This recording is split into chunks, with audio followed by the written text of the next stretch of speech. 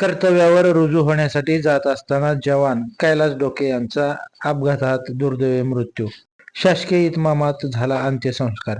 मातृतीर्थ जिल्हा म्हणून ओळखल्या जाणाऱ्या बुलढाणा जिल्ह्यातील देऊळगाव राजा तालुक्यातील रोहणा गावचे सुपुत्र कैलास डोके या सैन्य दलातील जवानाचा कर्तव्यावर हजर होण्यासाठी निघाले असता छत्रपती संभाजीनगरजवळ अपघातात मृत्यू झाला. सोमवारी दिनांक 6 जानेवारी रोजी त्यांच्या पार्थिवावर शोकाकुल वातावरणात अंत्यसंस्कार करण्यात आले. जवान कैलास डोके हे एका महिन्याच्या रजेवर आले होते. ते परत कर्तव्यावर रुजू होण्यासाठी निघाले असता संभाजीनगरपर्यंत मोटरसायकलने जात असताना त्यांच्या दुचाकीस ट्रॅक्टरने धडक दिली. या अपघातात अन्य दोघे गंभीर जखमी झाले असल्याचे समजते. कैलास वसंत डोके वय वर्ष 22 हे जम्मू काश्मीर येथे कर्तव्यावर होते. 29 मार्च 2019 ला ते सैन्यामध्ये जळगाव येथे भरती झाले होते. त्यांचे पुण्यातील बॉम्बे इंजिनिअरिंग सेंटरमध्ये प्रशिक्षण पूर्ण करून जम्मू काश्मीर या ठिकाणी सीमेवरती देशसेवेत तैनात झाले होते. दरम्यान एका महिन्याची रजा घेऊन ते गावी आले होते.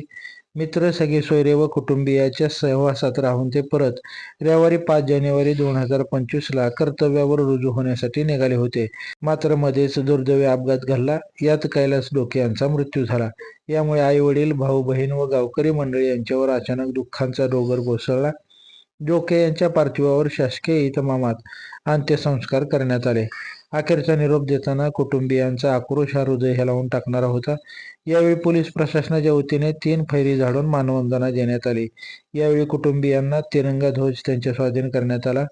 कैलास डोके यांना अखेरचा निरोप देताना आमदार मनोज कायंदे, माजी आमदार doctor Rajendra Shingane, doctor Shashikant Khedekar, doctor Sunil Kayande, police निरीक्षक संतोष महाले, भगवान मुंडे, प्राध्यापक दिलीप सानप, अनिल चित्ते, श्रीनिवास खेडेकर, गजानन काकड, दीपक बोरकर, राजू चित्ते, सदाशिव मुंडे, सुभाष सवडे, लक्ष्मण डोके यांच्यासह पंचक्रोशीतील नागरिकांनी जवान कैलास डोके यांना अखेरची मानवंदना दिली. लाईव्ह महाराष्ट्र झोन न्यूजसाठी लोणार तालुका प्रतिनिधी शीलवंत इंगळे. ताज्या घडामोडी जाणून घेण्यासाठी लाईव्ह महाराष्ट्र झोन न्यूजच्या यूट्यूब चॅनलला सबस्क्राईब करा, तसेच बेल आयकॉन प्रेस करा.